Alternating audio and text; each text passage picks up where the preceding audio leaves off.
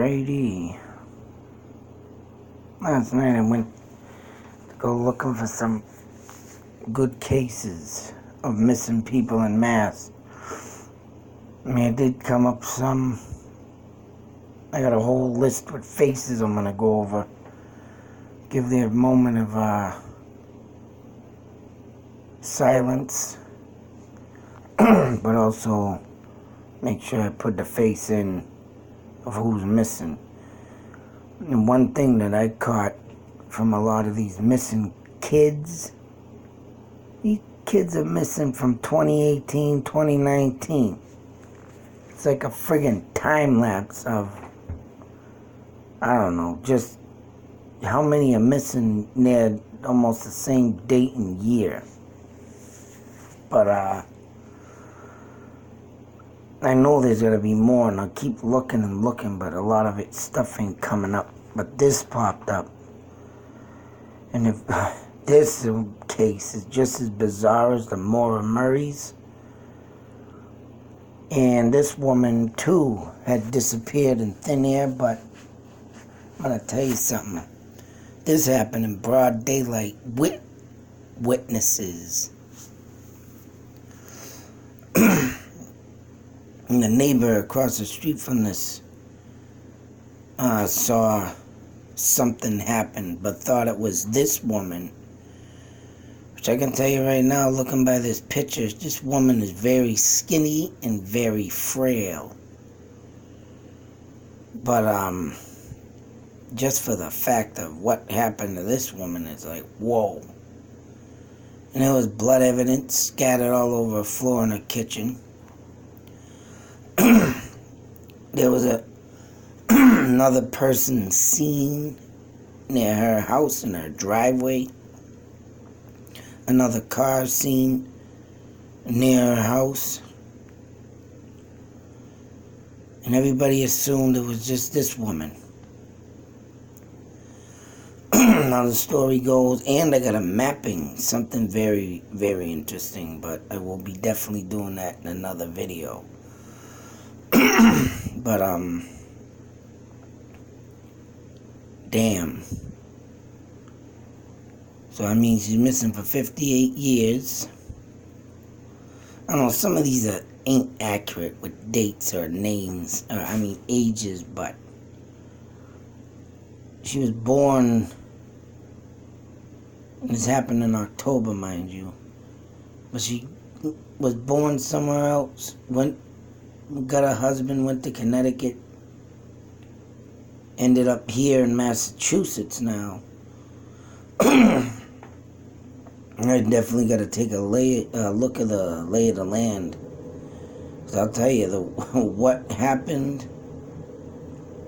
And my thoughts and theories are going to be, I'll tell you, it's got to do the possibility of not cooperating. But, damn it. So, you know, on October 24th, now her daughter, her daughter is the one that found her. Now, this woman used to take in kids and drop her kids off across the street. They take turns. Damn it. Babysitting. But after her daughter found her, she ran back to where she was, told the neighbor. The neighbor reported seeing blood leading from the house to the driveway. She had made a discovery after a young girl living in the house. I don't get this. They say after a young girl living in the house when it's supposed to be her damn daughter. So, this is Wikipedia. And this story is just bizarre and insane. And just to think that there was witnesses, that there was, throughout the few days that this went down. And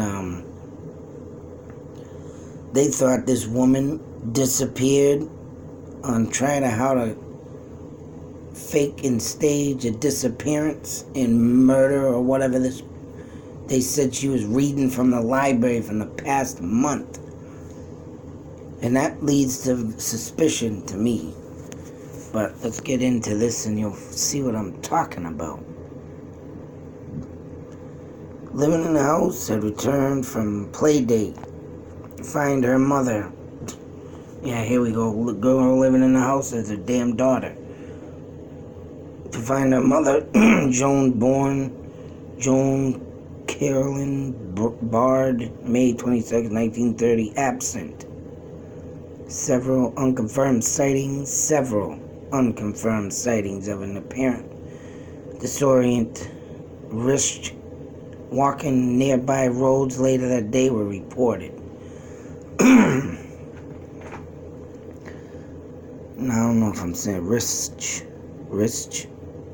I guess Risch. Blood mass matching Risch type was found smeared in the kitchen, and other evidence intentionally suggested to police that she had been abducted. That I believe. Through her 2-year-old son, although her 2-year-old son was found safe because he was taking a nap in the room later. In his room, however, was discovered that Risch had borrowed several library books about murders and disappearance, including one with similarities to her case.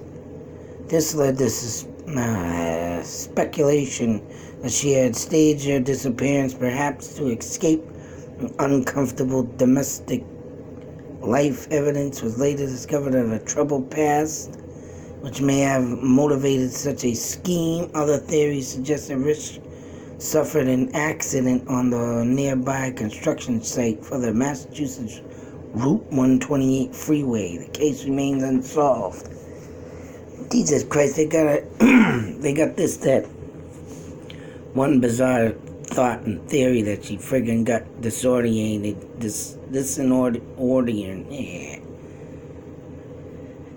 pretty much had a nervous breakdown, disorientated. They had a nervous breakdown. Supposedly left her house, fell in a friggin' hole. They didn't see her in the hole where Route 128 was being constructed, and which is now 95, 128, 95. And they said that she got probably buried in the hole. So first question is, why wasn't that part dug up? I'm sure they had a specific location of where she lived and how far that damn hole was. And holes stay out open for a week, for months when they're doing stupid construction like that. They could have easily dug up that part of the road and looked for the frickin' bones, but they didn't. Nothing has ever happened. And that's one of the thoughts and theories. Background. I'm not going to go on the background. I want to get into the nitty-gritty. Disappearance. On the morning of October 24th, Martin, her husband, got up early to leave and left the house to go to Logan Airport to catch an 8 a.m. flight. Now, this is not unordinary. Back in the day, a lot of people did a lot of, business trips, traveling. That's how it went down back in the days, in the 60s, the 50s. And it's overnight stay in Manhattan he was going. Shortly after his departure, Joan woke up. She took her son across the street to the house of the neighbor, Barbara Baker, and left Lillian in her car, a blue 1951 Chevy, for an appointment with the Bradford dentist who had been recommended by a college friend, Morton. This Morton claimed that this woman would have never got up and left her children like they say. This person here said she was a devoted mother, housewife.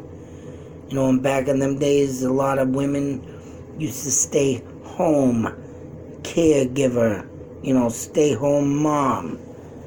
It's not like today where both parents gotta bust their ass. So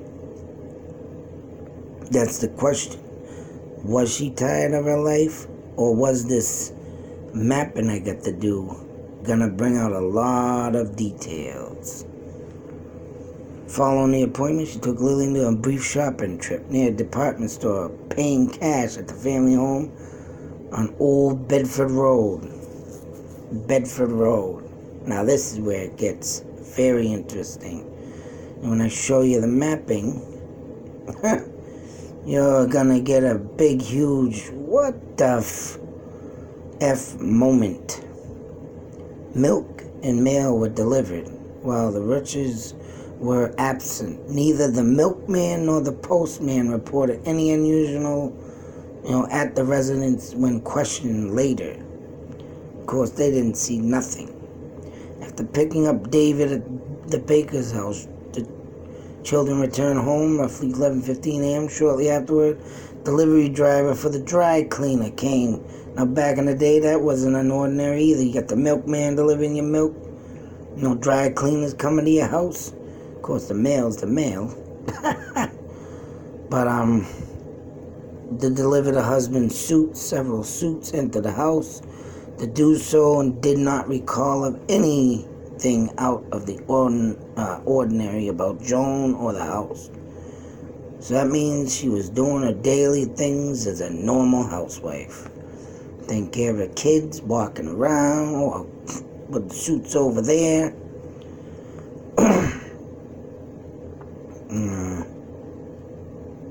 Following his visit, Joan changed from more formal clothing she had worn back to, a blue house dress. Of course, back then, you go out, you dress up, you come home, you get your bum clothes on. Because now she's gonna, do lunch into his room. Hang on a sec. Oh, this thing on? Oh. Anyways, I just went to go put David down for a nap, which lasted until 2 p.m. But today, she didn't wake him up at 2 p.m. because, I don't know, Douglas, the baker, here we go with the passing off the kids. So, Baker brought her son Douglas over to play with Lillian, the daughter.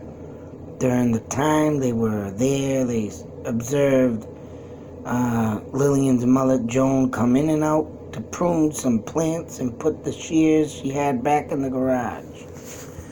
As these cute kids are playing in the house, she's outside pruning plants. And what kind of woman would be distraught, depressed, or even, full of despair of her life, be out there pruning shrubs? Don't you think, I've seen it multiple times in my life, a person stressed ain't gonna want to do nothing, depressed don't want to do nothing, and sit there back and forth and doing all this commotion. And back in the day, yeah, that's right, they didn't have help for depression, especially in the 60s. You either learned how to deal with it, or, you just bottle yourself up in a bottle of booze. Something crazy like that. This woman seemed to be very ongoing. But shortly after 2 p.m., Joan came out again, took the children back across the street to Barbara's house. And she told, the daughter she'll be back. Later that day, when ended up missing, the daughter told the police that she and Douglas played on a swing set from which they could not see the house. But before that, they didn't see nothing unusual either. Anybody coming in, going out, before they went out to the back. Around 2:15, Baker briefly saw Joan wearing here we go. Now this is bizarre. What she thought was a trench coat over her clothing moved.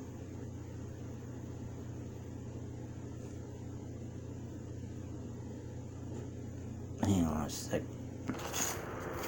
doing something a little different today, as I was saying earlier, but I got interrupted.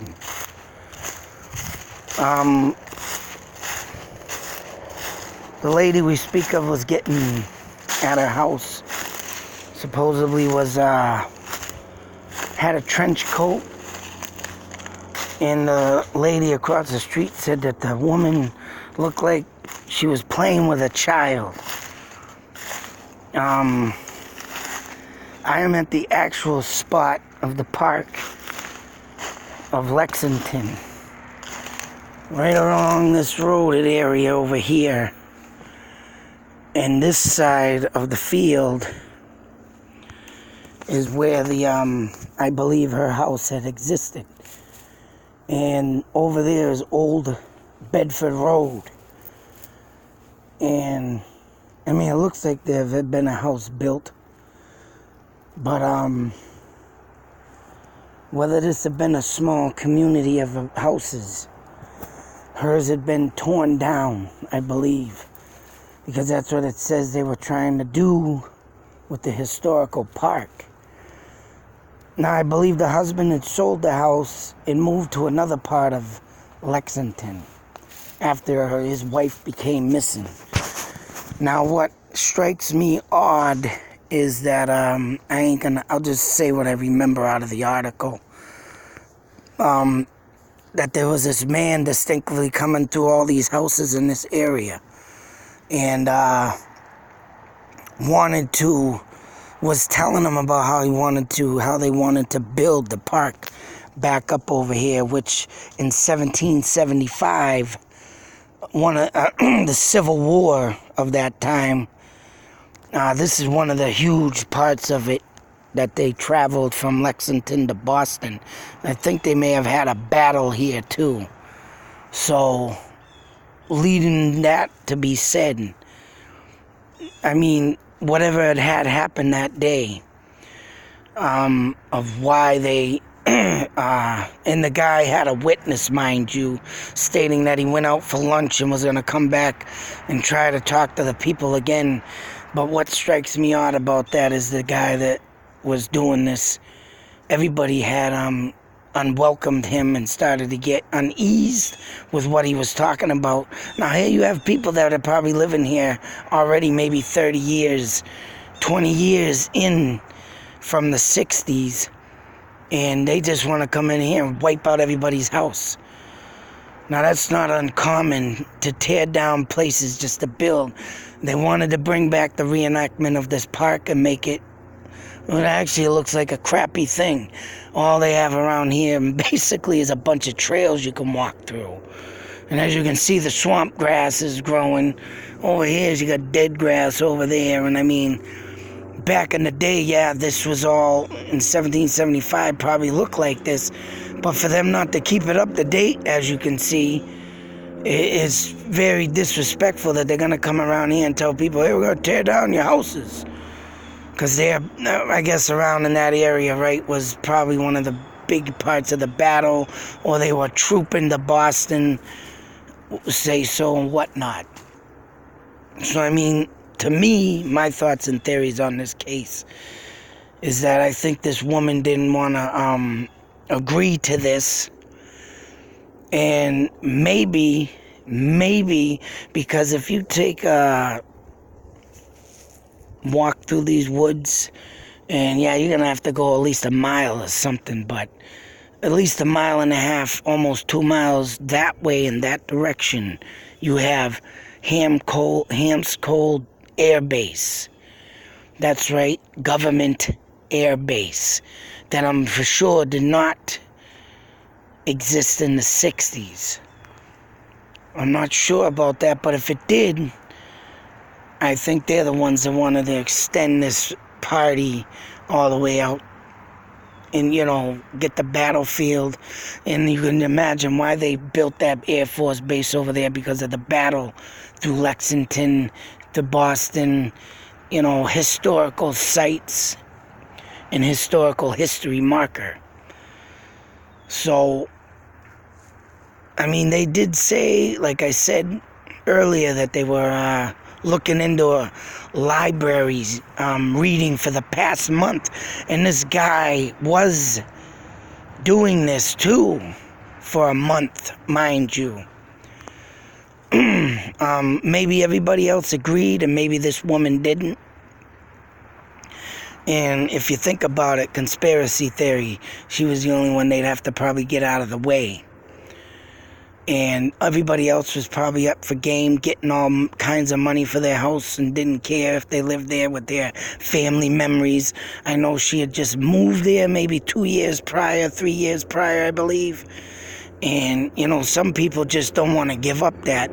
You know, when you get your first house back in them days, once again, in the 50s, 60s, you know, that was a huge accomplishment. You know, people treasured that. And when you got all these people out there back in the 30s tearing down houses in towns to expand for whatever it may be, you know, some people don't take kindly to that. And what I'm thinking, that woman didn't want to do it and everybody else didn't. So one person compared to the other ones, why not make them disappear? Why she was looking up for disappearance or not, and there was sightings throughout the area of her walking around after she was called in missing by the neighbor to the police. And someone said that she had blood dripping down, she was still wearing the trench coat. But why would she fake her own disappearance and walk around with blood, giving herself self-inflicted wounds or whatnot, is beyond me. That's just insane. But just to think that she took her last breath or whatever in, you know, her last day as a mother to her children over here, and just for greed to make a park. I mean, as you can see, there's still a house standing over there.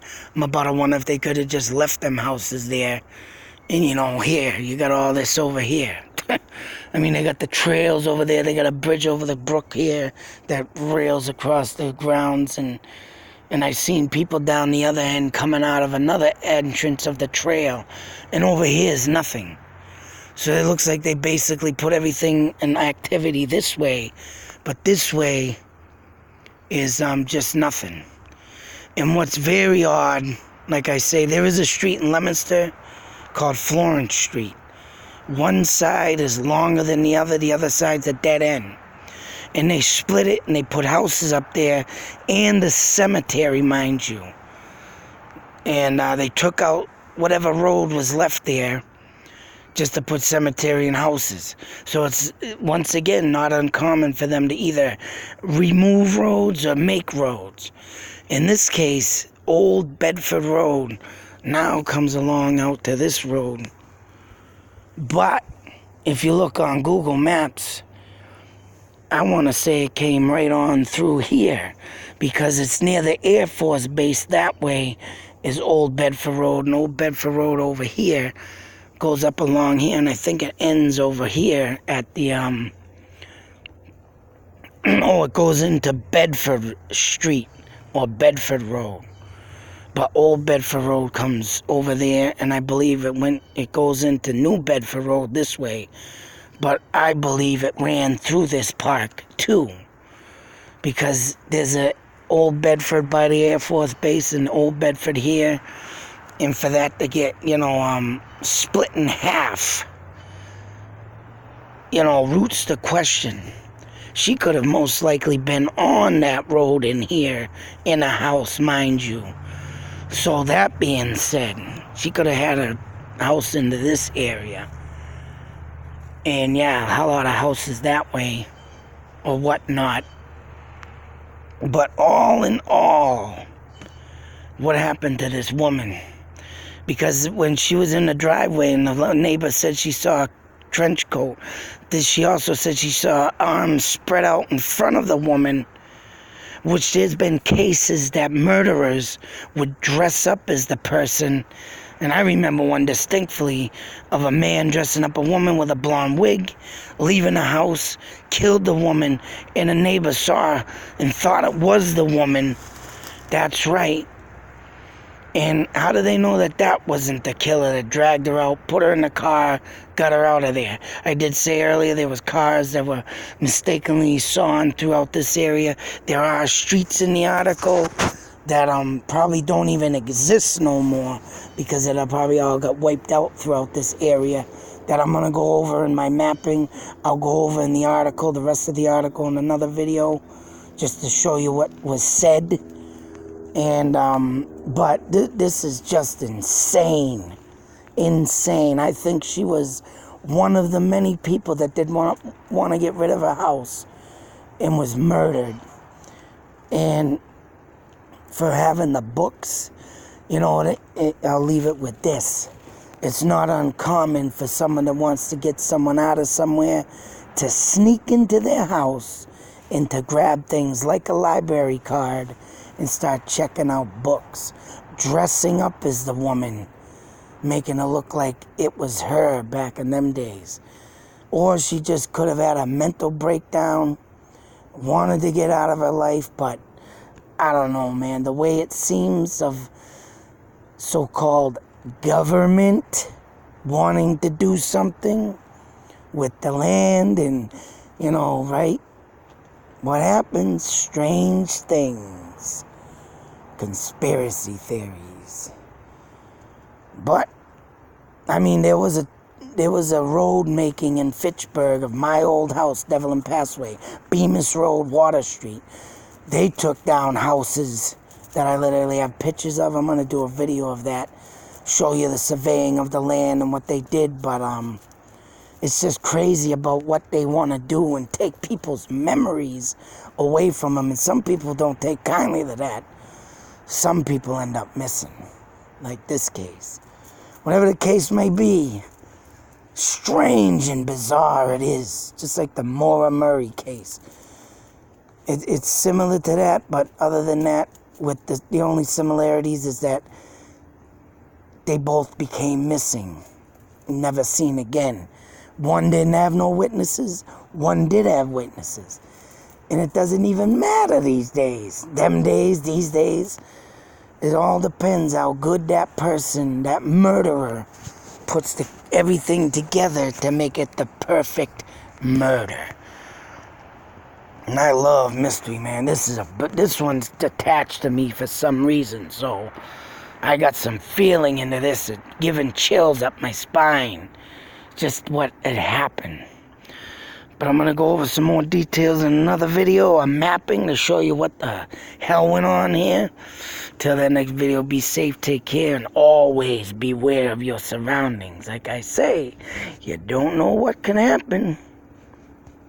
Insane. Out.